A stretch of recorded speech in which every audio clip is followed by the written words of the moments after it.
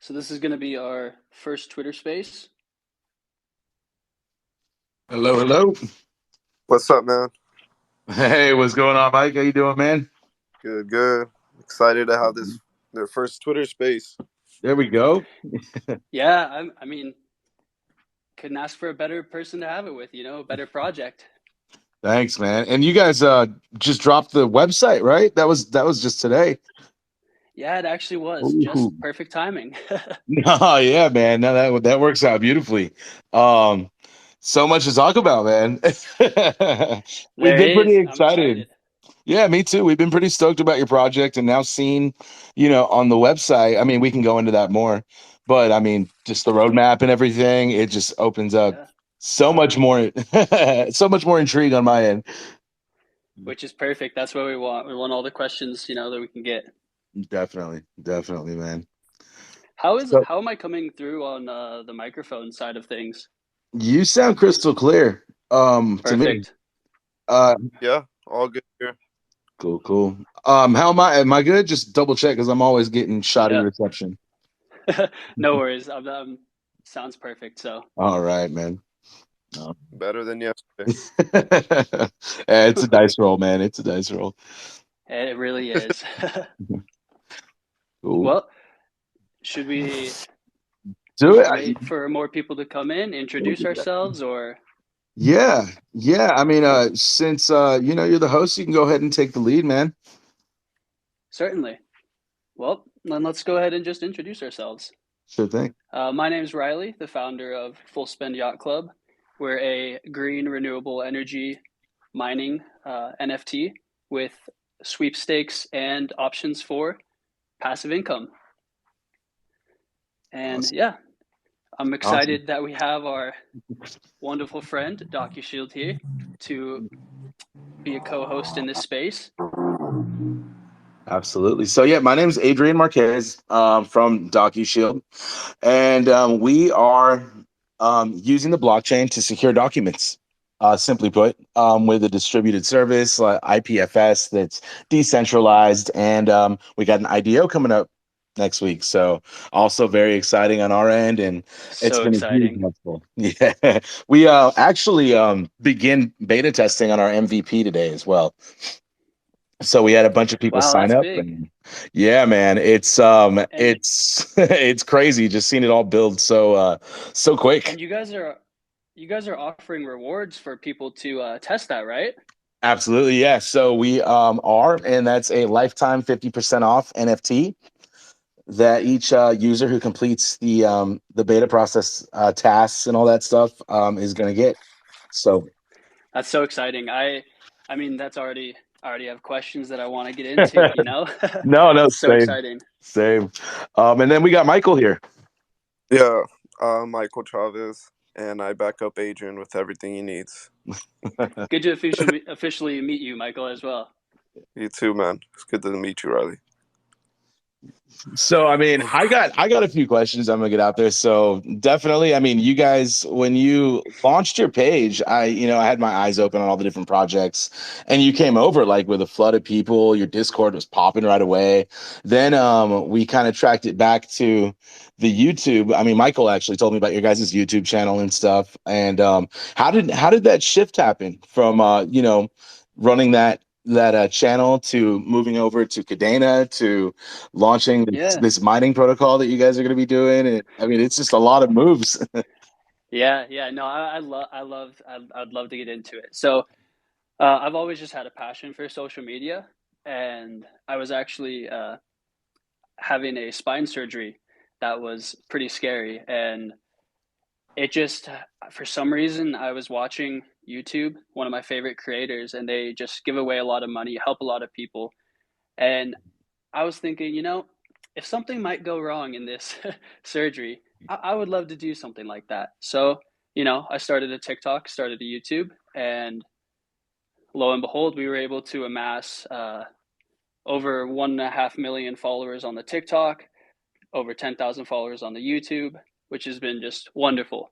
And I've invested in some mining projects that actually were doing similar stuff to what we want to do and are doing. And they actually ended up getting shut down by like the SEC and it was a whole fiasco, and a lot of people lost Mhm. their investments. And so I had been investing in crypto, and that's what had given me the funds to start giving away money like I, wanted to do. Uh-huh. And it eventually led to the point where I was like, okay, I want to keep some crypto for myself. I either have to be able to trade and so forth to continue, or Mhm. something. So the obvious answer was mining. I had always looked into it and so forth. And so we just ended up diving into mining and continued to progress the project and so forth. Mhm. And so that's the short and sweet answer of, how did we get into crypto mining? How did we bridge the gap from, social media into Mhm. this? And with NFTs, it just opens up so much that we can do as a project, where we can verify people deserve the rewards that they're getting. And it was a big issue on TikTok having millions of followers. Is you'd have somebody that followed yesterday that may win, and you had people that were following for over a year, and they were like, well, that's not fair, Yeah. And there was even people that would financially support the project and donate, and it was like, well, that's not getting you any benefits, And Mhm. so, with crypto being the foundation of how we started the social media stuff, it just all made sense to get into mining. And so we did. We ended up buying a few Kadena series miners, the KD5s, which was the best decision of our lives. And ever since then, we had plans to become an NFT, but the issues with, Ethereum having insane gas fees, we couldn't really tell all of our followers, "Hey, go interact with Ethereum. It's a great platform. You won't be Mhm. spending hundreds of dollars just to move your Ethereum around and then buy an NFT before you actually get to the cost of an NFT." Yep. Yeah, and so it kind of just all works really well for what we're doing and what we're planning to do, and yeah, and that that Awesome. that that actually uh, is a good question right back at you with how did you it's actually two questions. How did you get involved with Kadena? And then I'm also curious, this goes a little bit more technical. So how does Docushield interact with Kadena as well? Mhm. Well, yeah, two good questions, and we'll definitely get to them both. So the first one got into Kadena the same way you did with mining, and I was just on the Gold Shell website and looking for a bargain miner, and at that point, I knew nothing about Kadena at all. So I like did the dive into it, and felt confident enough to buy just the box, and yeah, so was mining that for a while at around like 34 cents around that price point, and then watched it shoot all the way up to its peak. And I was not really holding. I was using it to invest in other projects and, life. So definitely one of the like, smack yourself moments when you see that happen. But yeah, back then we were getting like off the box 14 a day, something like that. KDA, and it was a really cool experience just seeing all that happen. And the Wow. more I would get involved, it was just, and dig into Kadena, the more it was just like unlike any other chain out there. You know what I mean? There's some unique chains for sure. But Kadena is just kind of taking the cake for me. And when we get to the Docushield side, I mean, I was looking around for where exactly to find a home for the project, as far as, what smart contracts would suit it right. And, digging into Pact was just kind of like, it became a no brainer. As far as what really turned me on to it was the um, Kuro private chain, and being able to, supplement some transactions with like a layer two. And it was just really exciting being able to keep things private, and also at the same time run your own network, Yeah. validators and stuff. And yeah, I mean, as far as decentralization goes, that was adding to a huge part of it, just having the proof of work behind it. And then also, talking to people who had already integrating with Flux, who is really close to KDA or to Kadena. Yeah, They already had some instances of IPFS, which is our data distribution network going. So I mean, it just all the pieces kind of fell together, and now we're just we're just on that road, man, to putting them all together. yeah, In our and own little way. and I even think that's something that we have in similar is that, our the technology and things that we're doing. I mean, Hmm. sure that it's enhanced with Kadena, but your business model seems like it could definitely exist without the need of the blockchain. It's kind of the question of which came first, the project or the blockchain, and did the Hmm. blockchain inspire the project, or was there a good idea for a project and then the blockchain enhances it and enables it, and I really like Right. that about Docushield is it just can withstand as its own, organization of business, even if it didn't have Kadena. Yeah, no, no, for sure. And that was the thing, like finding what's going to work out for this specific project. Was pretty close to doing Cosmos blockchain, but decided to come over to Kadena for the proof of work. And Yeah, and previously had done a project on Stellar, and they are utilizing Stellar, which is now like leagues further than it was back then. Um, and yeah, but just always trying to put the pieces together, man, fit that puzzle right.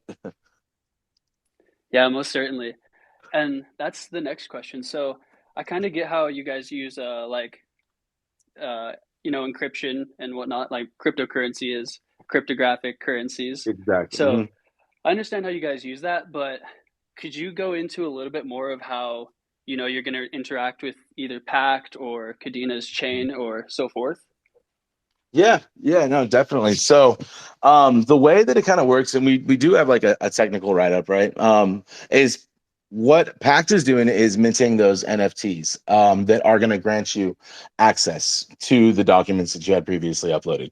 So up until the point where we're minting, there's not really too much going on the Kadena chain aside from you're paying with the doc token to do the encryption and to pay. We charge per by the file size.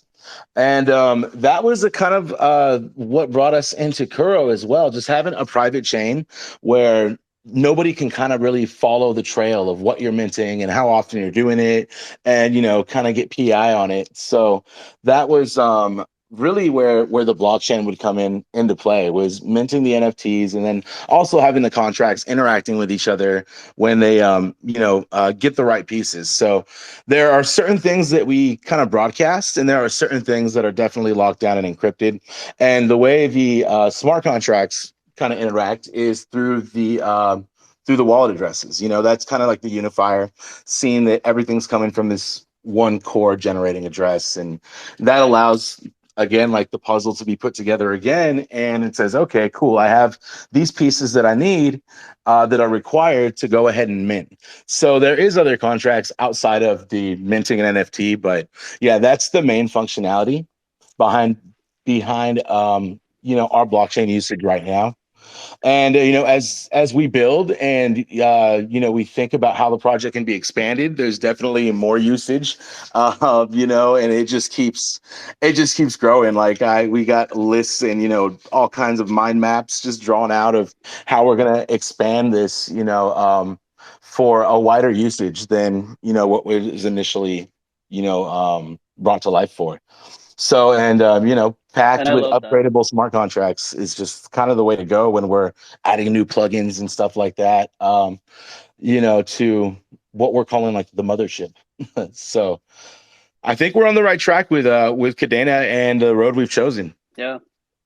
It seems like it's going to enable you guys to have a really successful future, do all the things you need securely, like you said, with interacting with contracts and making Mhm. sure that all the pieces are there to, you know, get information, so forth, and, sign those contracts, mint those NFTs.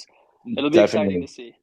Yeah. Now, and one thing that kind of turned me on to your guys' project too is going through and I've done a lot of studying up on regulation and what qualifies as a security, um, the Yeah. Howey test, all that stuff, man. So, what did you see as a flaw and that was getting all these people, you pretty much their projects shut Yeah, down. And how are you going to approach doing something a little bit different to be compliant? most certainly. Yes. I love this question. And I'm very, very passionate about it because Hmm. when I invested in that mining company that promised dividends to holders, I was fresh out of high school, right into college, and Hmm. I was like, this is a great way to diversify. They're going to be mining all these coins. I'll just give them all my money. They'll go mine. I'll get dividends, and it'll diverse my portfolio for me. Lo and behold, the regulations came in, and it it was a lot of money for me to lose at the time. And Hmm. so because of that, I hold it super, super close to me. And to dive right into it, I think some of the core issues are that NFTs in general are kind of in the gray area. But when you start getting into mining, where you have to have them at physical locations, you're usually starting a corporation, which is all public to the government Right. and the SEC. You kind of start to get into a different territory than truly just NFTs, and you kind of have to look at things a little bit more diligently. Where it may not have been so Hmm. worrisome for just a regular NFT project. And the biggest one is that we pay dividends to people, obviously, or Hmm. not. We don't pay dividends, but we pay money to holders. The whole point is that we want to distribute funds to holders without being classified as a security and Right. not doing dividends. And that's kind of the main issue, is how are you not doing dividends but you're still giving people money? Exactly. And Yeah. dividends really come in when you start promising future guaranteed returns, where you can say, oh, an ASIC miner is going to make this much, you own a percentage of the miner, you can estimate how much you're going to make in the future. And so for us, our initial way for getting around this was exactly how it kind of just fell into place. We do a lot of sweepstakes style giveaways on our social medias. And so our initial way that we were going to, not be classified and not be giving away dividends is to just be doing sweepstakes, because you're not guaranteed anything. It's not a expected return, and you don't really own any percent of the mining and so forth. It's just based upon what we publicly state we're going to do and how much mining income we're going to distribute to the holders and so forth. And it's not a Mhm. guarantee. And so another thing that we ended up coming up with, actually, to try to help another project, was we uh, and this is to kind of do the, because we wanted to be able to give people passive income without being a security, right? Right. And the issue with that is that, I mean, you obviously have the Howey test and you can go through and do that, but Mhm. for us, the issue that we always find is that there's just no way that you can pay someone directly through mining. It just you can there's just always too many of the things on the Howey test that go into it, where Mhm. you can not promise people future returns and have them re-enter, but then the next time they're entering and buying something to gain access to the new future returns, it's kind of like a gimmick to just Mhm. Yeah. be able to re-enter and re-buy into future returns, which, sure, it makes the first lot not future returns, but then the second one is. And it's you know Mhm. evasion is a common law, and that's where a lot of this stuff gets gray area, where Mhm. you can't Totally. just make a gimmick to and then say, oh, we're in compliance because we're always just going to charge people, or we're always going to be doing this or this. Right. It's evasion. Evasion doesn't just stop at taxes. Mhm. Any law evasion. My favorite thing is to say is, if you're selling something illegal and you label it as candy, you're still selling something as illegal even though you're labeling it as candy. Right. And so, to Yeah. not get too in depth, so we can keep this moving, I'm sure we'll retouch on the SEC regulations, but yeah, we basically we have another way that we do that, which is we distribute a DeFi token, which Hmm. is a lot less regulated by the SEC, and therefore we're able to actually distribute a DeFi token that represents already expelled hash rate, so that we're never giving you any future returns. It's already been realized profits, and you're never guaranteed anything in the future. You always have to do an equivalent value of exchange. And for us, that's going to be you stake your NFT, which is obviously great for the rest of the community. You can't sell your NFT, etc. And Hmm. so by staking that, you can stake it for a month at a time, a week at a time, and so forth. And then you earn at the end of that period your hash rate token is what we're calling it. Hmm. And that allows us to, not have the future returns, but also never oversell our hash rate, never. It just solves a lot of the issues, and it enables us to expand and grow. And yeah, there's just a lot to it, but Yeah, I'll no, stop going definitely. down that rabbit hole. No, it's very interesting, man, and there's so much gray area, and all the regulation stuff too. Like, I feel like they just make it up as they go along sometimes. Like, following No, and the case. Yeah. Go that's ahead. really a huge thing, is that we're trying to be as future proof as possible, because Hmm. a lot of mining DAOs currently, they they they're they're like gray area. It's Hmm. it's like it's just another added risk. And so for us, we're trying to be, you know we're not even distributing uh, income. We're giving you a token that resembles hash rate, that you can interact with our a smart contract that will automatic, like, always be there to buy it back at a certain rate. And Hmm. so we're truly trying to be as future proof as possible, because at any time there could be more regulations, more laws, more lawsuits that go through with the SEC, that Hmm. then lay a foundation for how future regulations will happen towards NFTs, DeFi, and so forth. And Right. so we're trying to just be as future proof as possible. And we don't want to we want to bring zero, as minimal risk and stuff like that Yeah. to it. No, that's pretty clever too. I mean, just having the buyback internally. I mean, that's kind of one thing that really does put you one step ahead. Not really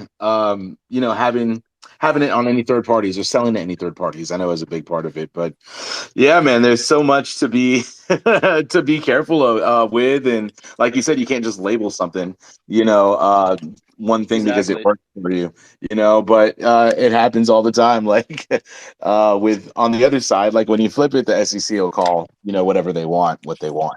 They'll say, well, that's not sweepstakes, that's gambling, or whatever they want to do. But Nope. it seems like you guys have thought it through pretty well, man. And yeah, Most that's certainly.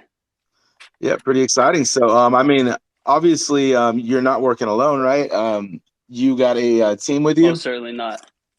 Yeah, we do have a team. We've Cool, been cool. slowly building a team together, but yeah. So we have a business advisor, we have a community manager, and then I'm doing the ASIC data center. Hmm.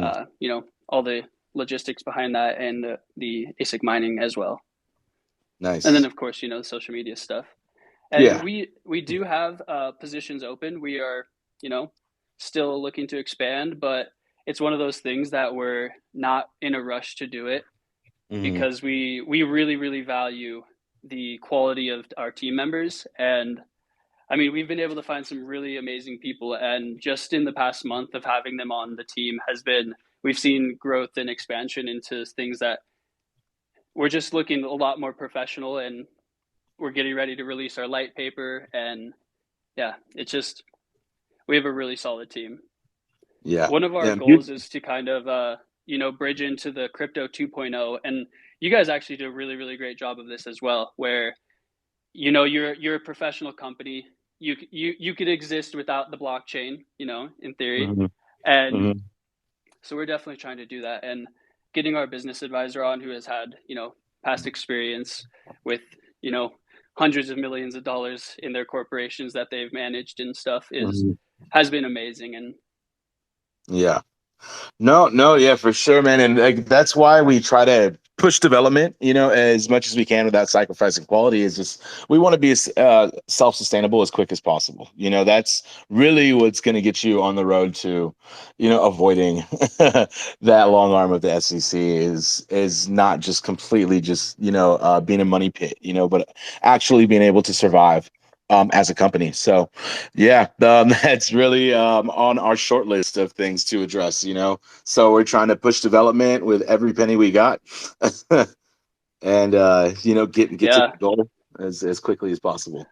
And But you guys, that actually brought up another question I had for you guys. I was curious because you guys aren't going to be doing any like monthly fees because that would lock people out of their stuff, right when you really need it, which I hmm really love about your guys' project. hmm But that, and I may just need to do a little bit more research on your, uh, the diligencies. But I was curious of how are you guys going to plan to maintain profit and so forth without charging a monthly fee, and what your expected like if you guys have an estimate for the costs of like your different products, whether it be storing a document, sending it for signatures, or so forth. Yeah.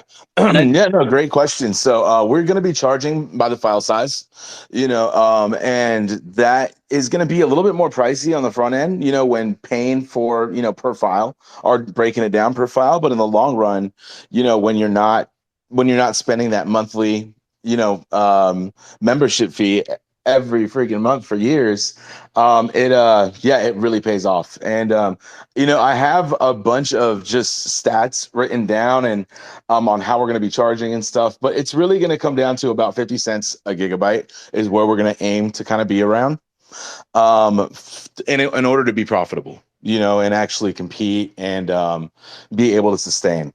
So, I mean, I'm gonna put it all in a Medium article soon because really, there's just a lot of numbers and stuff that I would love to relay out, but I don't want to get too much into it. But yeah, that's a great question, man, and I actually can't wait to just put it in a written format for everybody because it's something that we kind of been working on for a while. But the sweet spot for profitability seems to be right above 25 cents a gig and a 50 cents a gig ideally for the upload fees.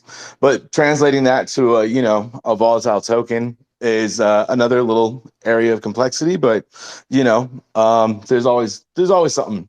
Always some fun mountain to climb, but that's kind of where we're at. And as far as charging goes, and there's stats like how much the average user. I think the average user does about 500 gigabytes in their lifetime. So there's a lifetime value per user for us, and then yeah, with a certain percentage of the market, we would make X amount of money. And I don't have all of my stuff in front of me right now, or else I'd be rattling off numbers. But it's a great follow up. yeah, I'm gonna have no, to put I into mean the that, community. yeah. Mhm. And I think that that's a really good, that 25 cents to 50 cents being right in the sweet spot. It's a great idea, gives me the great idea. And my next question for you guys, and I may already have an answer based off what we said, but I was Mhm. curious, like, what value you may bring to like a project like us, Full Spend Yacht Club, and if I could give you a little bit more information to answer that, another something that we're going to be doing is potentially hosting competitions where we maybe fly out 10 members. They come and do some fun style of competition. Maybe we reenact the Squid Games again or something fun like that. And in my mind, the biggest issue for us is if somebody sends us their information, blockchain's supposed to be anonymous and fun and all that stuff. And Mhm. even though we're a fully doxed project, it may be so that some of the holders don't, they want to be in a video, but they don't actually want to have their, personal information vulnerable. Mhm. Yeah, no, that's So the that. question is, how could How you would it? how yeah. Yeah, no, and the funny thing is like when you're talking about privacy, there's so many different areas, right? And that's one thing kind of coming into it, with this idea for the Docushield app was like, okay, cool. We want to secure everyone's docs and keep your most precious and personal things, always, accessible to you. But then, right from the gate, it was like, okay, well, what about this scenario? What about this scenario? What about this other scenario? So really quickly, and this is the shift we've been making, is instead of, shifting over from the app, we're actually building now what we're referring to as our mothership, which is going to be the core executable file or desktop application. And each one of these little, different applications are going to be plugins into this mothership with contracts that interact and communicate with each other. But we want to have kind of like one all-encompassing main wallet that has sub accounts essentially with it, or if you have a plugin that you plug right into the mothership, it could absorb the properties of that account that you have or that big main account. So with that, I mean, we have about probably 20 different plugins just written down and slated that we're going to start working on. First one's the node manager, to put our GUI on top of our IPFS instances and make it really easy for the community to get involved. Yeah. But another one, I was just talking this morning, with another project about, hosting NFTs where they are more about, decentralized data and not really about the privacy concerns. So, we're thinking, another application for that and kind of or another plugin for that, just to address different levels of privacy that people are looking for in different scenarios. Another thing we have is a lot of people want to launch a public facing form like for data collection. Everybody's sick of using Google Forms. There's so many vulnerabilities that get exploited with forms. And so having that as another plugin option, as well as email, which we're looking into actually transmitting communications over IPFS instead of SMTP for added security. And so these are all things that have privacy at the core of what people are concerned about. And so we're automatically shifted to trying to create something that's a backbone to be able to support all of these different ideas, but in a Yeah. your own centralized location, not obviously not centralized for us, but for you, the user, the end user. You have all these different needs for different levels of privacy, and we want to provide somewhere to be able to engage on whatever level. So having an open marketplace is going to be a big part of it, where once they're vetted and the plugins are approved, they can go up on our marketplace. And so it's not just up to us to develop either.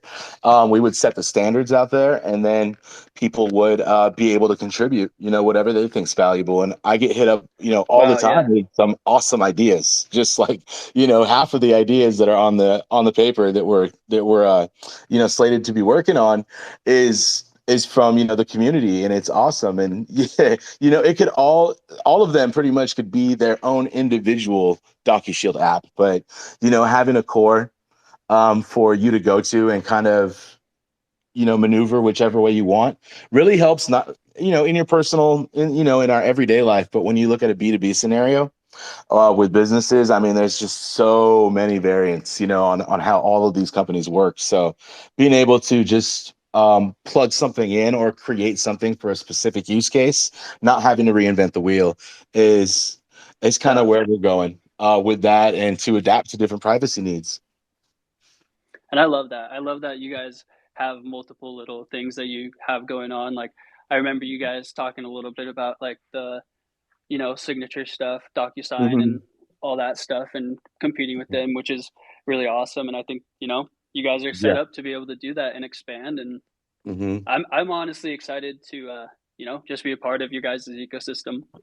Thanks. Thank you. And the first thing we're going to do is try to absorb all the stuff that they have. So, most of these programs have, open-ended API that we can just go. And Yeah. if you're a DocuSign user, we can get all those files and then shift them over to our platform. You don't have to rely on them anymore. It's a great tool. It's something awesome, and it's something with a little bit of time, we could definitely develop ourselves. But for now, it's like, okay, well, let's just bring it in. It's more secure over here, where you have full Yeah. control, where it's going to be your mothership and kind of your hub for everything. Which is awesome. Yeah, man. So I mean, it's growing every day, and right now we're just like it's hard to pump the brakes when you get, really excited about something. But right now we're just Yeah, laser focused on the app. That's going to be our which flagship is product. That's going to be what's most useful for everyone. And yeah. So I mean, just getting this thing right and having it nailed down is going to be really important to the trajectory of the rest of the way up. yeah, and I think you guys are smart for doing that. Focus on the core, and then everything else will build on top of it, like you said, which is perfect way to do it.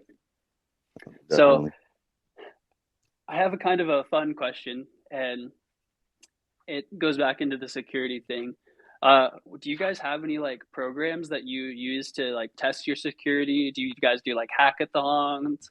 Any like bug bounties or fun stuff like that? Yeah, no, our roadmap actually calls for exactly that.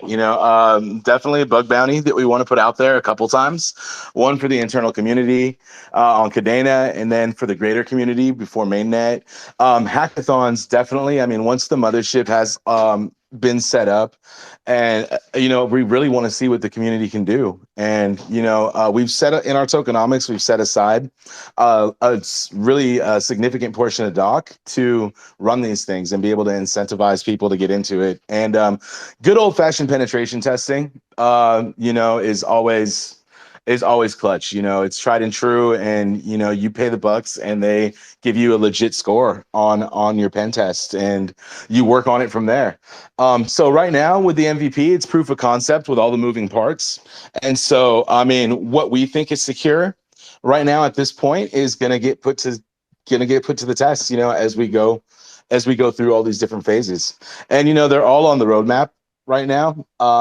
And they're all slated to be, this year. But every vulnerability is just going to make it stronger. And we're not going to go mainnet until we're confident in what we're doing. So a lot of our efforts are going to really go into, getting the community in to come and just break the system and break what we have, please. Yeah, Um, yeah, it's not going to make me cry. It's going to make me happy to, okay, cool. This is something that I'm not going to have to worry about later. And there's going to be a whole new set of problems, I'm sure, but yeah. I not, mean, yeah, even not security wise. So yeah, and even like I feel like are similar with our SEC scrutiny and trying to Mhm, be as good in line with the SEC as possible. We welcome it. It's like mhm. come in and find the flaws. We we want it. We want to be the most safe option for you know Yeah, ASIC yeah, mining, and sounds similar with you. If you can find a absolutely. flaw, it's welcome so that we can fix it. Yeah, and it's still scary, I mean, following It the case is. of library, and like, they're like begging for, how do I become compliant? And it's kind of they're just left there with their hands up, and it's yeah. I don't want to say anymore and wind up with a target on my back, but but yeah, it's tough, man. And I mean, you just got to play the game, and I'm sure to a huge extent it's politics, which Yeah. yeah, not looking forward to. But you got to It's play, the game. Yep. It's no. It's you exactly got to. it. You got to play the game. Yep, yep, for sure. Yeah. Yeah, So so that's always the looming thing, but I mean, it's something that I try to educate myself on, constantly. Just always looking out. I mean, what safe harbor? I don't know if you heard of this safe harbor. What was it? Legislation that was supposed to come out around last year, this year, that was going to pave like an easier way for companies to not be seen as securities. And one of them was going to be a self-sustainable company within the first 3 years of launch. So you can actually, get money, do fundraising, and all of that stuff in the crypto space, as long as you're a self-sustainable company within the first 3 years. So I that has not shown its head anywhere else in the yeah. headlines, but it's there, man. And the first thing was getting it out there to the public, and now another version of it's going to come out, and you know um it's all And about timing, man. Hopefully we're right there on time. yeah, and another thing is that like interpretation of law is always another thing Yes. where you'll see a Hmm. law pass, you'll think you're good, and then Hmm. once it goes to a court case, the court will rule interpreting those laws differently based on all the Yeah. factors within your thing. And so, it's like we're already a profitable business before we even launched our NFT. And so it's like, sure, we'll probably be, in line with that, but it doesn't mean Mhm. that just because of that, that we should, sacrifice and just say, oh, they said that that's the, what's going to Yeah. happen. Then let's go ahead and we're doing dividends. It's like, nope, we're, Yeah. there's no Yeah. point to not, not be as secure, safe, and future proof as possible. Yeah, absolutely. I'm sure that if you're self-sustainable, but then you totally fail the Howey test, you're done. Like, there's Yeah, no, always exactly. it's open for interpretation, man, and it's really one of my favorite things to kind of dig into. Uh, and one of the scariest things to actually kind of dig into, man. But And it goes really, really deep. There's so hmm much into it, and there's so much interpretation of even the Howey test and like yeah, previous exactly. court cases. It's Mm-hmm. No, yeah, and I definitely think it's one of those things that you should set up to be as good as you can, and then hmm finalize it all with as good and diligent legal advice as you can to make sure that all the steps you're taking are going to be interpreted how you think and so forth. Yeah, yeah. No, yeah, we did a lot of looking for a good, crypto lawyer, for a good crypto accountant, and luckily we were able to find some really talented people that, we can have on our side, man. So, I mean, definitely preparation is the key. You don't want to just think that you're going to be fine and, it's all sunshine, and then Mm-hmm. all of a sudden you get hit and you have no backing, for you have to Yeah, create this network now. most certainly. And even preparing, say that you did get taken to court by the SEC, just being prepared prior to everything will, Mhm. equip you so much better for that court case where you could actually end up winning, and the court could interpret with you versus you being Mhm. flailing and having to work backwards and being like, oh, we didn't prep for any of this. Exactly. Yeah. No, 100%, man. Yeah, it's about being ready, man. Preparation for sure. You got to be ready for anything. Yeah, Yep. exactly. And I actually have another question for you guys that probably not good to be at towards the end of it, but what makes you guys unique? As we kind of talked about some other companies that you guys will interact with and whatnot, but Mhm. what makes you guys, in your eyes, what makes you the most unique? Uh, you know, Yeah. No, from a Web 2 stance, I mean, everything. There's no master keys to anybody's data. There's most of the data breaches that happen come through not a hacker. It's from an employee that just so happens to have the right authority and they know the value of the data that they're holding, and human nature. So we take that kind of out of the equation. I can't see any of your data. Mikey can't see any of your data. Nobody really can see anything when it's out there and it's on the network. It's 100% encrypted, and yeah, so that's one thing that completely makes it different. And I know there's a lot of people that do encryption, but there's always that centralized access, right? So yeah, taking that there's away always an leaves administrator that can exactly, yeah. go in and I mean, there was even a huge thing with like Elon Musk had tweeted about doubling Bitcoin or something, and that was a internal thing as well, where someone just in Twitter decided, yeah, we'll give Mhm. him like, we'll just change the dude's password for some hacker, and it's just like Yeah. what you said, it happens so often. Malicious, dude. Yeah, I mean, and yeah, it's ridiculous. It's horrible, man. Because I mean, that's stuff that you're completely defenseless against. What can you do to stop that? Well, yeah, first is to not have that capability. There's no temptation there for anybody. But then that also opens another doorway for things like, compliance, or if a piece of information or, a video or something gets subpoenaed, how do you approach that and still cooperate with the law?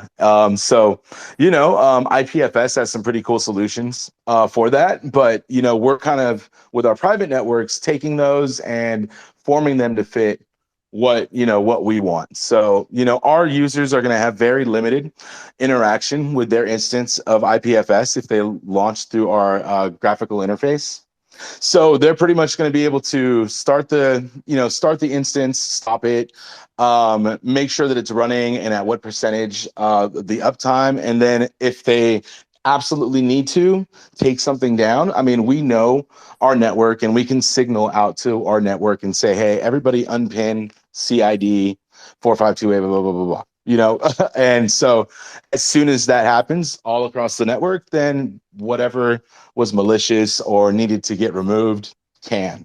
But still, at the same time, that's the only bit of control that the users can really have. And there's not really much. I mean, we need participation. We don't need people digging into the network and trying to grab files for whatever reason. So I mean, part of making it easy for everybody is also making it safe for everybody else. Most certainly. Yeah.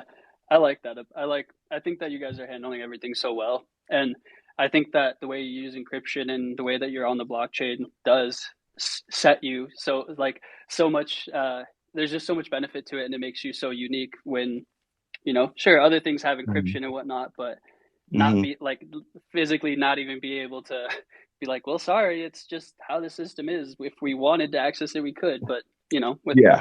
I like that. But No, yeah, yeah, for sure. I think I think that it's cool to try to solve actual issues versus just starting another rinse repeat copy of other Mhm. projects that have already existed. Kind of, it makes you Yeah. wonder, like, what's the point of starting that? Then are you trying to innovate and evolve and progress?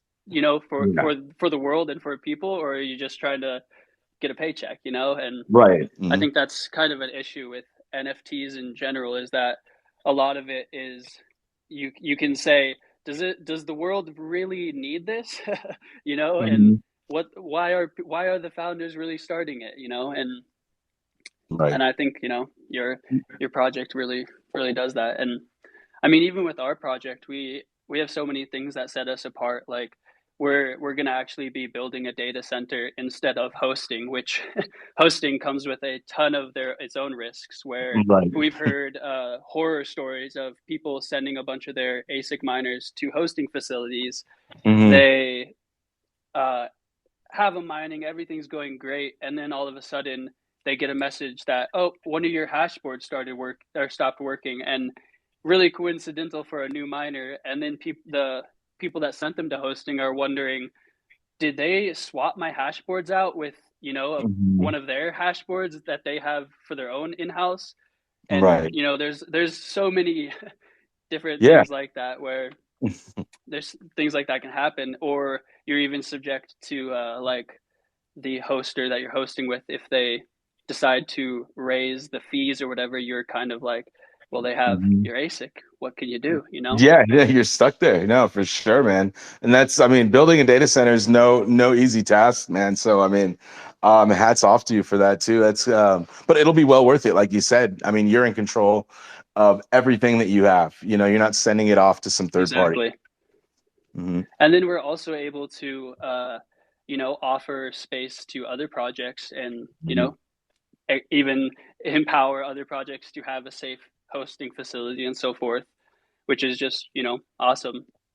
Another thing that we really like about our project is we truly believe that every aspect of it could you know ex- eh, you know s- succeed as much as we want it to, just on its own. Like, our artwork, Exactly. we have done a lot of diligence to find a really great artist that is up to par with some of the biggest NFT projects like Bored Ape Yacht Club. Hmm. And even in our media division, it's obvious that it has been succeeding prior to this. No, And definitely. I mean, same with even the ASIC mining division. Is I've been mirroring that for over a year, where I haven't bought anything that's under a 12-month ROI. And that was one of the reasons that I struggled with trying to get a KD6, or convincing myself to get one, and ended up not. Is just this business model has been working. And so why Yeah. change it? Yeah, no, for sure, man. I mean, even if it's slows And that down a act little bit, the progress. I mean, it's worth it in the end. You're tried and true. Mm. Most certainly.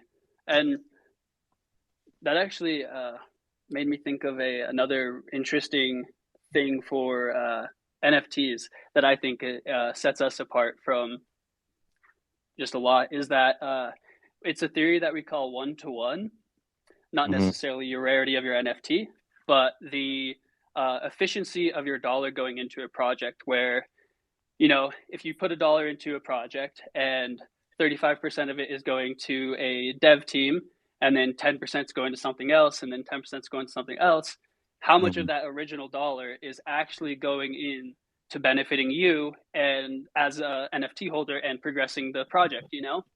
Right. And so something that we try to do is we try to get as close to one as possible, where we're taking as little dev fees as possible. We're truly doing this to provide access to a hard to reach sector, which is Hmm. crypto mining, and it's become kind of centralized with you got to have 40,000, $30,000 just to get one KD5, KD6, and it's Hmm. just like that's not the point of a decentralized network, and Yeah. that's not decentralized. Yeah, no, I mean, in our space too. I mean, if you look at Filecoin, man, the the barrier to entrance is ridiculous. It's supposed to be this decentralized network and stuff, and I think a big reason why it's failing is just it's greed. That's behind it, and I mean, no regular investor can afford to really participate in the network. There's just there's such huge requirements when you get to know IPFS, that's not necessary. It's more about having a wider network Mhm. instead of a few people with supercomputers. No, that's so true. That's so true. Yeah. So I mean, yeah, and even though people in the Web3 space, I mean, there's maybe like Arweave and Filecoin and stuff, but it's again totally different. Privacy's not really at the forefront of the concerns there. Where here, that's really what we're focused on. So yeah, just kind of heading back, Yeah. circling back to the differentiator. But yeah, I was stoked about Filecoin a while ago, when I first heard about it, and then just seeing that it was pretty much inaccessible to the common person was pretty frustrating, and they had Yeah. billions that they had to work with, and now it's just kind of you just see them going down the charts, and I mean, rightfully so, man. I think greed does that. Yeah, most certainly. And it's one of those things. You see a problem, if you can fix it, why not? Mhm. Benefit the world. No, absolutely, man, absolutely. I know we're getting close to that time. I wanted to go through your roadmap, man. If you want to just walk us through it, because I mean, this was released an hour before our session, so I hopped on and I seen your website, and I was just trying to like go Yeah. through everything. But if you could give us a quick walkthrough of what the next year is going to look like, for you guys, that'd be awesome. Yeah. So currently, and I don't think this is even going to be on the uh, roadmap just yet, but we're gonna edit the first phase, and it's basically just gonna change into we're gonna start releasing to our Discord and on Twitter just more updates as we talk to contractors for doing the data center and get actual Mhm. numbers. We get potential lots of land that are the size that we need to be able to have be eventually grow into having our be reliant on ourselves for our own solar energy instead of just Mhm. nuclear coal, which is has its downsides and so forth. So it's like we're going to update the first phase, which is just going to add into that we will be you know updating people with a little bit more diligently than we have been in the past as we start to finalize and you know get these numbers from contractors, talk to ASIC manufacturers, and so forth. Mhm. And So then the moving from there, transparency, it's a clutch. yeah, Mhm. most certainly. And that's something that I think it's with the numbers that we've put out, it's we're capable with the resellers that we have of you know getting within our ROIs that we're looking for, but it just it's more it aligns more with our goal of being a crypto 2.0, the mature business that's not just an NFT, Mhm. something that could actually exist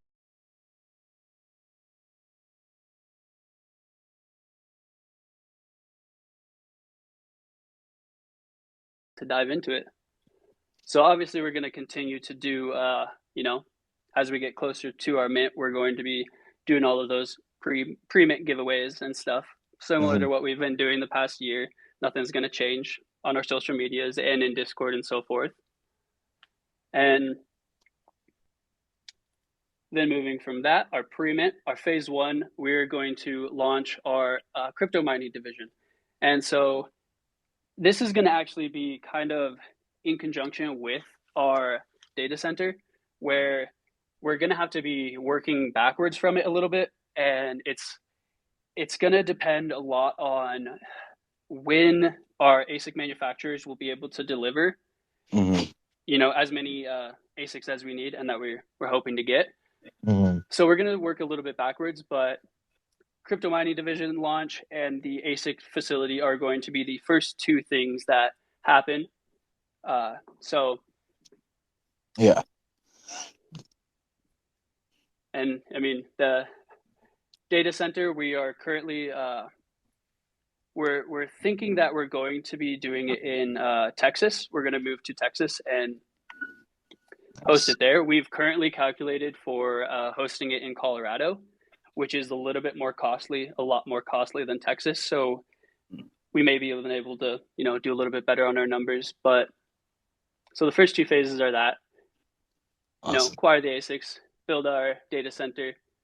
Hmm. Yeah, yeah, and that's not like something that's going to happen overnight. Obviously, when you get the Most A6 certainly and not. running them, and that's going to help fuel kind of everything else. But I mean, I see the game plan, man. And Yeah. no, that's awesome. Not stopping Yep. there and just having your own data center and renewable energy and being in full control is something that not many people look into. So Yeah. it's really cool to hear that. And to go kind of break down, the data center, we're basically going to acquire land. Hope the key is that we need it to be within, the municipals of having electric and having, Mhm. communication, telecommunication, internet, all Yeah, that stuff. So yeah. we're definitely keeping in mind where and the quality of land that we have to source. And we're also planning to, within 5 years, we're going to hopefully, depending on how the DAO votes, it could be anywhere from 5 to 15 years. We're going to take, we're estimating a 1%, just a 1% off of the top, that we're going to reinvest into becoming self-sufficient on our own solar. So that's another huge thing of why we want to do our data center, is because Hmm. with enough land and what we have been calculating for, Hmm. should enable us to grow into being self-reliant on our power, which is something that will further set us apart from a lot of the people that, a lot of the projects that mine, a lot of companies that mine in general. And so we're really excited about that. Yeah, And and then, the tech gets better every year, man. The solar tech, yeah, it's wild. We've been looking at some of the recent panels, and they just keep pushing the limit of how much watts one Mhm. panel with one amount of space can push, and it's really awesome. For sure. So after we build our data center, we will be launching the our media division, which theoretically has already launched, but we have a team of really professional editors that have worked on national television, and Mhm. as well as a film crew. And so we're going to be bringing them on to truly be able to produce the level of content and progress our media division past just me with my phone, having fun, Yeah. which which we'll still do it because it just generates so much traffic. Like, I Hmm. think within the past year we've been able to generate over 60 million views, which is massive, Uh, and that goes into in line with our goals of just kind of exposing crypto to more people as well, which also goes in line with our goal of being the crypto 2.0, as what we call it, with just mhm. trying to be a more professional business, take our time with things, not rush, not finalize numbers that we can't guarantee, and so forth. Mhm. Exactly. Yeah, for sure. And yeah, that brings up the other part of your site too, where it's get to know crypto or learn about crypto. I forget what it is, but I really like that, man. That's just educating and it's unexpected, you know. Yeah. Really. And I So I was mean, like, oh damn, that's right. yeah, and that's kind of been one of the things that I've struggled with is that you know, my platform is, you know, I have to play into the algorithms, right? And if I Mhm. teach too much within a 30-second TikTok, well, there's not much you can teach to begin with, but if you do, you know, it doesn't fit to the algorithm as much. But then there's the people that see, hey, you're doing this with crypto. Hey, you're mining in crypto, which is what inspired us to start exposing, allowing other people exposure to mining. But it's just Mhm. like there's so many people that want knowledge and want to be a part of it, and we see the value in how many people we're reaching, that we could be a big factor in the mainstream adoption of cryptocurrency, not even that, but let alone just Kadena in general, where Mhm. we hope to be a big hand in pioneering the way for Kadena to become a top five cryptocurrency, where it's, you know, and I mean that Mhm. even goes in line with being crypto 2.0 and really being diligent about the SEC's regulations, being Mhm. diligent with about our numbers we're presenting and before we finalize them. And that's Mhm. kind of been one of the reasons we've been, you know, our project has been in beta for so long, is we're just doing the diligence. Yeah, no, absolutely, man. And I mean that all pays off. And in the end, I mean, no matter what, a project needs to bring volume into the ecosystem. I think that's like a huge key. I mean, without it, you know, what really if there's no volume being pulled in, then you know what good is it doing as a whole, you know, for the longevity of an ecosystem or of a blockchain. So no, I could see the long-term plan that you guys got laid out and that's exciting, man. And it definitely gives you goals and milestones to hit, you know, pretty Yeah, consistently to be able to get your way over there. most certainly. And we're even planning to launch something we're calling KDA Academy, Uh-huh. KD Academy, it's for short. And it's where we're going to basically be doing the same thing, where instead of having just text on a website, we're going to be producing full, you know, full length video content going into these different sectors and different things, so that you could get caught up to being up to speed on crypto within an hour or two, you know. And I Hmm. think that that'll be another really valuable thing that we provide.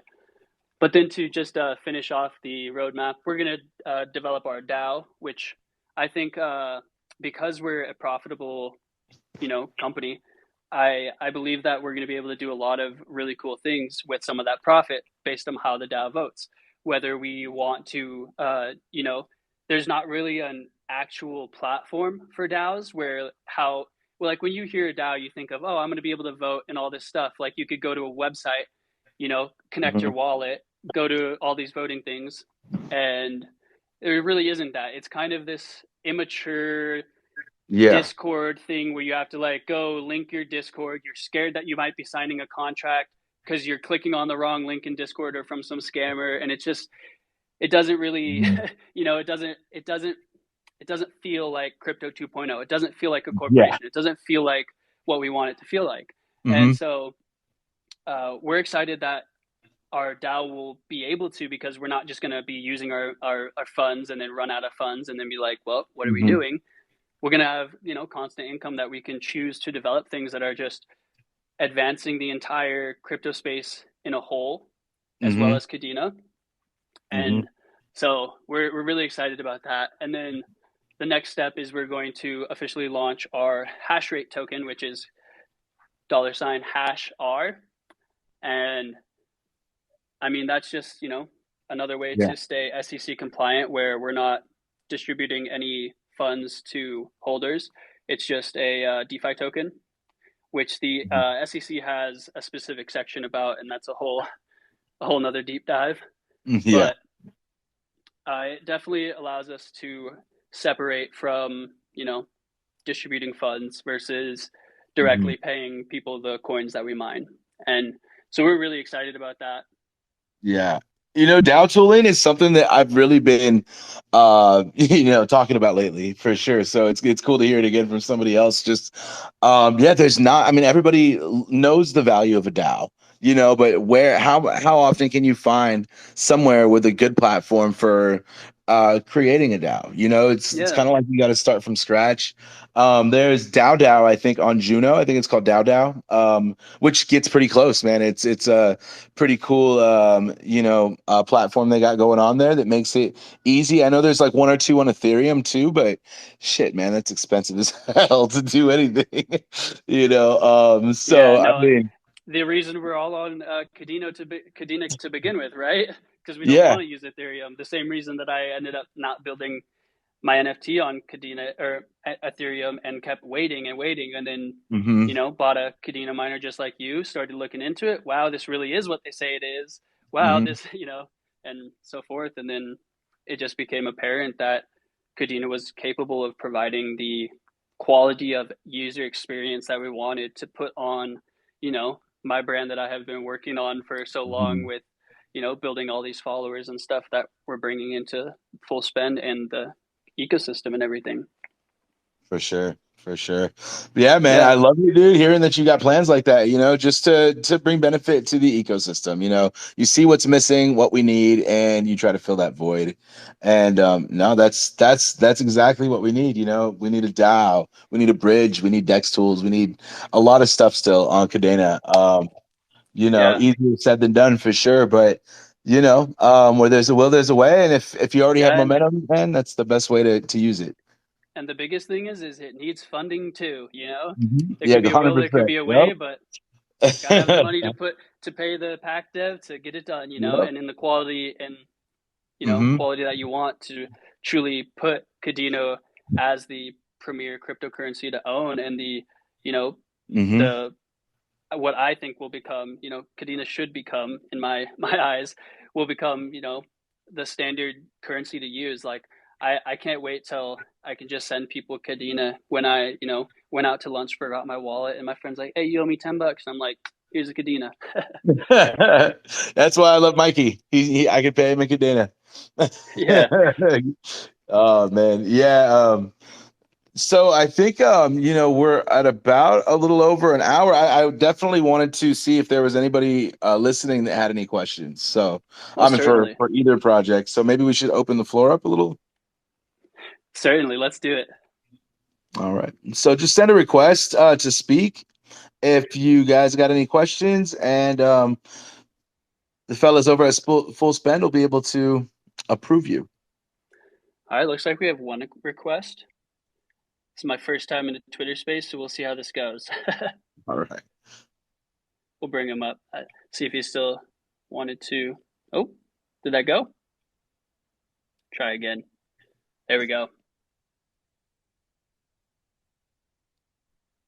Who do we got? Looks like Do we you have Uch Akola.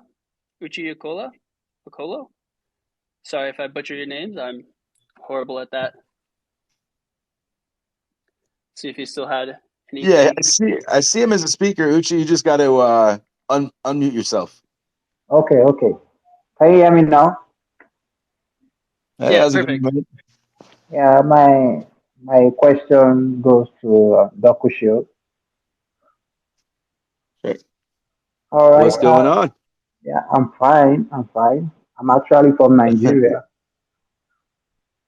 Oh, thanks for joining us, man. Yeah.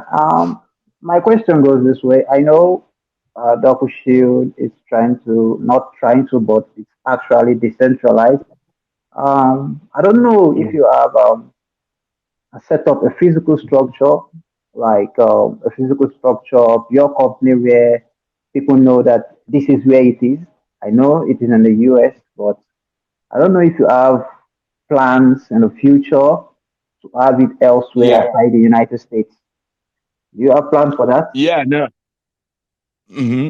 No, so absolutely. I mean, there needs to be, if we want to hit a level where we are, working at an enterprise at an enterprise level, we need to comply to things like data localization, and that's a huge thing. So we do need to be able to identify where geographically each participant is and where the data is being stored. And there are options out there, or there are solutions out there, actually. And that's one of the great things about working with the Flux team. This is something that they've already had to jump through those hurdles. So we're going to be absorbing a lot of knowledge and that they've already picked up, because they have some really big major players using their platform that do need those requirements, for medical records or sensitive data. So we're going to be absorbing all of the information that we can from people who have already went down similar paths and kind of tailoring it to fit our solution here. But we have had a brief discussion with some of the guys over there, and there's so much on the plate. We're taking it in steps, and that's one of the steps that we're going to be hitting towards the end of the year, when we get really down and start working on our enterprise suite for B2B. So yeah, luckily it's not going to all be on our shoulders. There's already a lot of smart people that figured out a lot of good tech for us. Okay, okay. And lately I've been saying this is not the first space I joined Mm-hmm. for Docushield. Are you the only, how do I say it, among your team? Are you the only one available right now? Am I the only one? No. Yes, are you the only one? No, no, no, no, not at all. I do most of the media. I do the front end development. I do the community outreach, as far as speaking about the project to people. But no, we have a full team, and we did a webinar, what was maybe about 2-3 weeks ago now, where we actually went and introduced ourselves. Everybody got on camera, said what their role was. So we have our core team, and then we have a good amount of contractors also working along with us, and a lot of these contractors I've had a history of working with for a while now. So there's already rapport built there. But no, mainly I'm the guy that you hear, and yeah, when you come to these spaces and stuff, but by no means is it a one-man show. I mean, I would not be able to accomplish a quarter or an eighth of any of the stuff that we've gotten so far. Yeah, yeah, I know that. I know that. It can't just be you alone. It's just Mhm. that on this space, you're mostly the one talking. Mhm. So that's all my question. Thank you very much. No problem, man. Thank you. Appreciate it. Yeah, thank you. Yeah. Does All right. anybody else have any questions? I see Dora's on the call. Miner's Kadena. I'm surprised he hasn't put a request in. You gonna I say think hi, I man? I was gonna say I saw their maybe they requested previously, but Ah. hey, there they are. Let's get them on here. All right, man. Looks like they're connecting.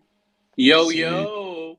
How you doing, guys? Hey, Hey, what's up, man? Hey, hey, Adrian. how's it Hey, going? Full Spend Yacht Club. How you guys doing? Doing good. How are Fantastic, you? man.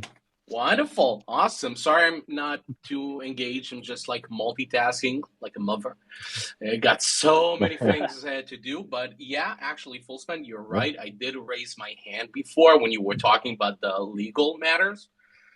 I'm trying to Yeah. remember what I wanted to Certainly. say. Oh, yeah. I wanted to say that following the law doesn't matter, right? It is absolutely irrelevant whether it is that you follow the law or you don't, unless you actually have a written legal opinion signed by a lawyer. So, in case you do get sued by the SEC, because that is obviously something that might happen, Hmm. you gotta have a Mhm. written legal opinion. So Most certainly. just for you to know, that bit of crap in the States can cost 40, 50, $100,000 easily. So just make sure to take that into account in your tokenomics for sure. Most certainly. Beautiful. But Always coming with the wisdom, man. Yeah, No. and I think that's really, that aligns with what we have planned where, you know, I don't think we're gonna take our interpretation of the law and run with it where, you do need, Yeah. to get all the things that you think I mean, it's only to protect signed off, yourself like you said, by a legally, lawyer. right? Mhm. It doesn't I prevent mean, you but from that's the being whole. sued, That's the whole. so you don't go to prison. Yeah. Um, Yeah, you cover whatever basis you can, yeah, man. but I love I'm gonna it ask you to take a peek at. I love it that whenever I do drop by to provide some wisdom, it's always boomer wisdom, right? Like the things nobody ever wants to talk about, like the old annoying stuff. But yeah, Full Spin Yacht Club, we're super excited to see what it is that you guys are doing, especially with your DAO and how you are actually interested in distributing incentive via sweepstakes. That sounds pretty interesting. Yeah, no, we're excited about it, and yeah, looking forward to sharing more. Awesome. And we really are appreciative of the advice. It's like we said, anything we can add on to make sure that we're set to stay in the right course for the future. Have you considered relocating away from the States?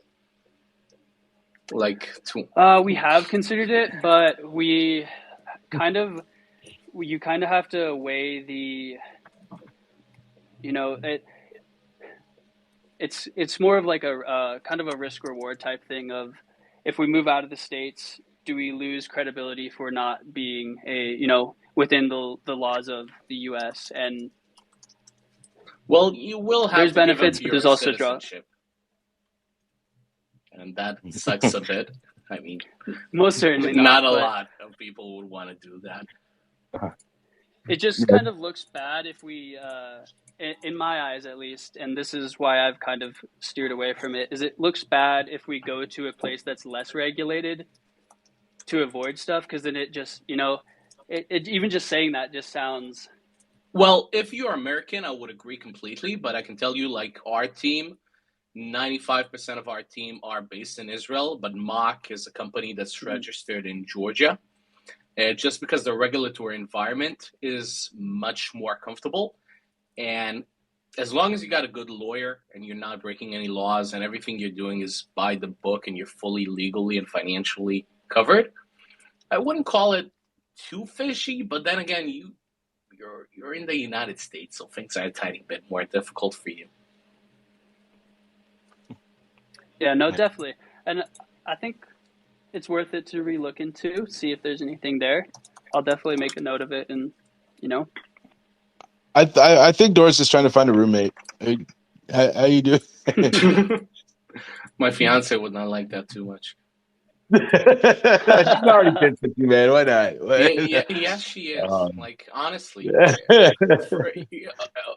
we always talk about putting our hearts and souls and energy and money, all of it on the line, right? When we develop a crypto project, but we never talk about the cost it has on our relationship and sanity. Oh yeah, right. It does have a major cost, doesn't it? Yeah.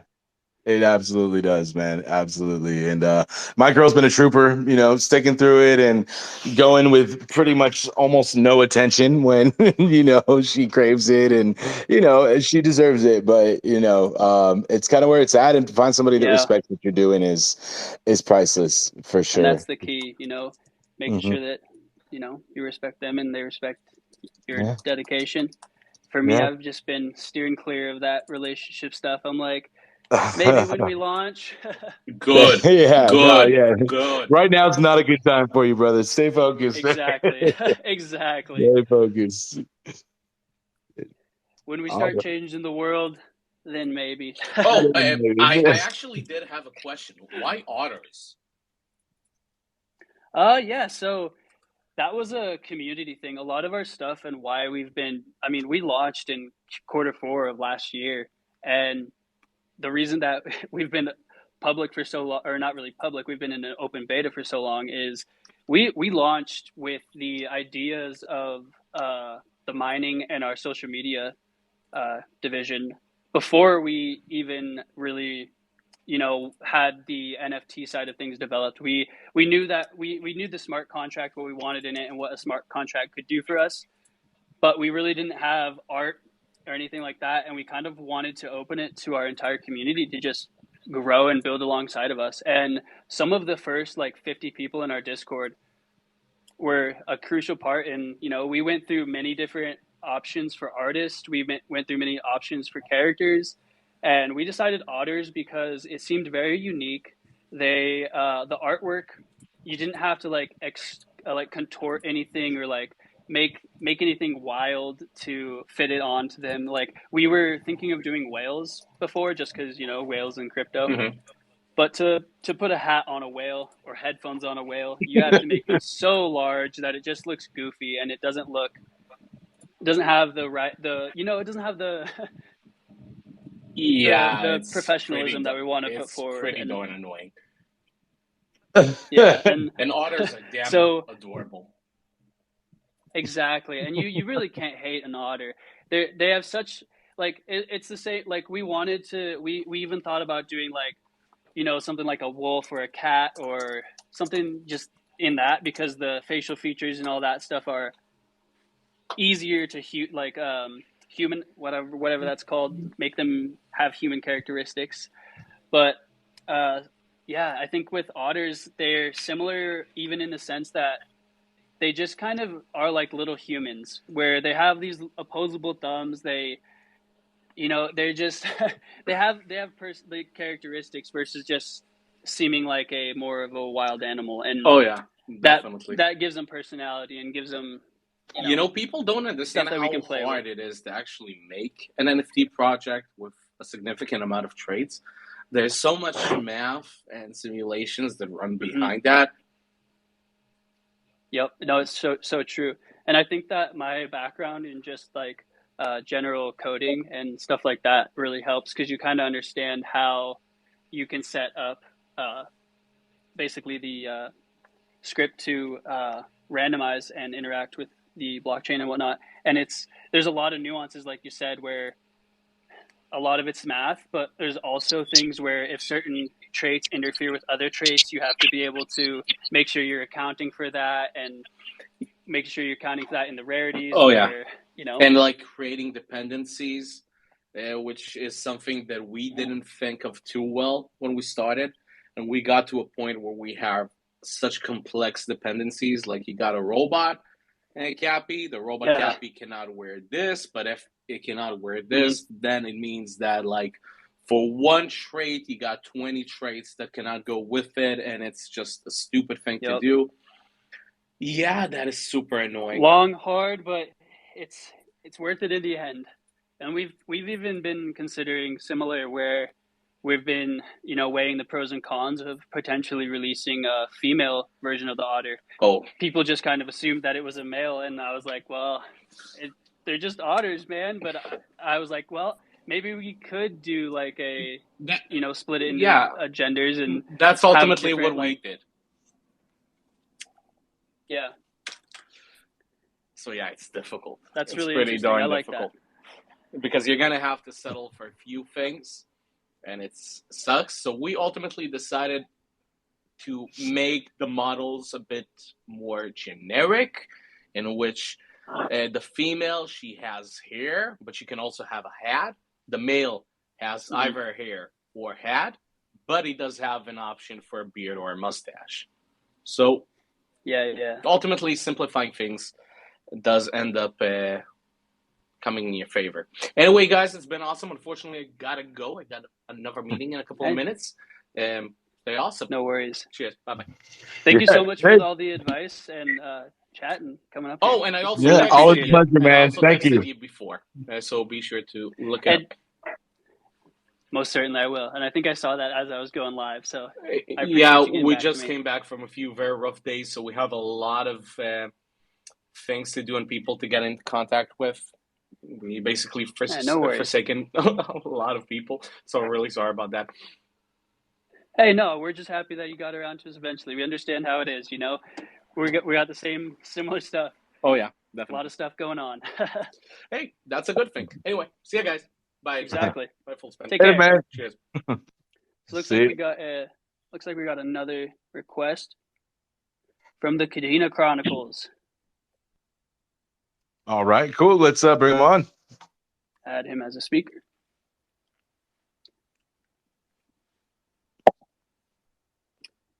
And there you are. should be able to speak if you unmute yourself.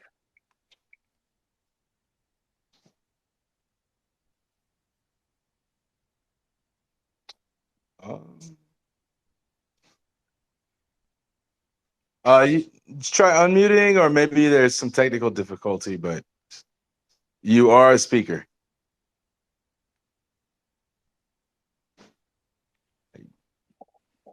All right, man. Anybody? We got anybody else while they try to get that figured out, or? It doesn't look like we have any questions yet. Okay. All right. Well, yeah, he stayed muted. I mean, we are at about that time for me. I can hear my kid rustling in the back, so No worries. I'm really pushing my limit right here. But yeah, man, it's been awesome, and I really Kadena Chronicles. If there's anything, just leave it in the comments, and we'll definitely check back and get back to you. But it's been really cool getting to know about your project, because before today it was a big mystery to me what exactly was going on. So yeah, man, I think a lot of clarification really helped, man, and we are super excited for it. Awesome. Yeah. And to branch off of what you said, if anybody does have any questions, my DMs are always open. My Discord is always open. You can just message me. You don't have to add me as a friend or anything. So we're always here to answer questions and, listen to concerns. So appreciate you all for coming here, spending an hour and a half with us. And yeah. All right, man. Talk to you soon. Have a good one. Well, certainly. Take care. Bye.